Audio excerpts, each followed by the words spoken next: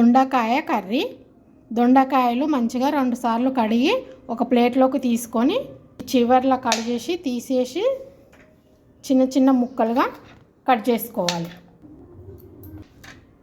Cut చేసిన ఈ దొండకాయ ముక్కలన్నీ ఒక ప్లేట్లోకి తీసుకొని పక్కన పెట్టుకోవాలి. కడిగి కట్ చేసి పెట్టుకున్న కొత్తిమీర, కరివేపాకు, పుదీనా, ఉల్లిగడ్డ ముక్కలు, పచ్చిమిరపకాయ ముక్కలు. స్టవ్ వెలిగించి కళాయి పెట్టుకోవాలి.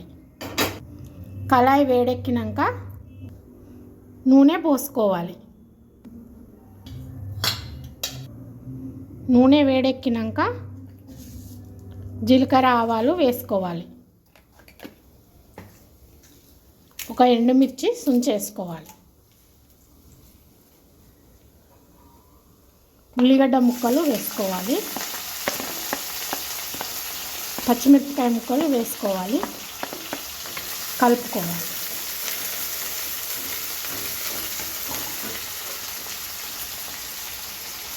పుదీనా, కొత్తిమీర, కరివేపాకు వేసుకొని ఎర్రగా అయ్యే వరకు వేయించుకోవాలి.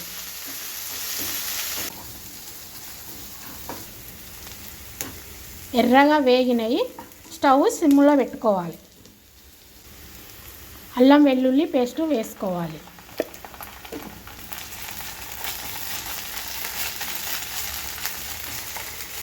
పసుపు వేసుకోవాలి. కలపాలి.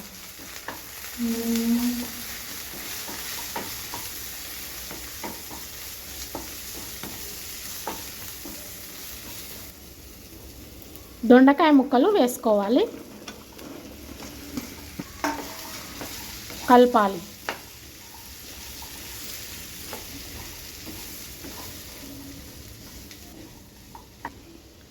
మూత పెట్టి దొండకాయ ముక్కలు మెత్తగా అయ్యే వరకు సిమ్లోనే ఉడికించుకోవాలి. మూత తీసి కూరను మధ్య మధ్యలో కలుపుతూ ఉడికించుకోవాలి.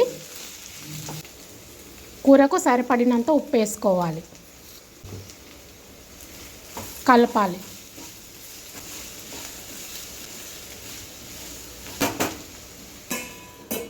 మూత పెట్టి కూర ఇంకా కొద్దిసేపు ఉడికించుకోవాలి.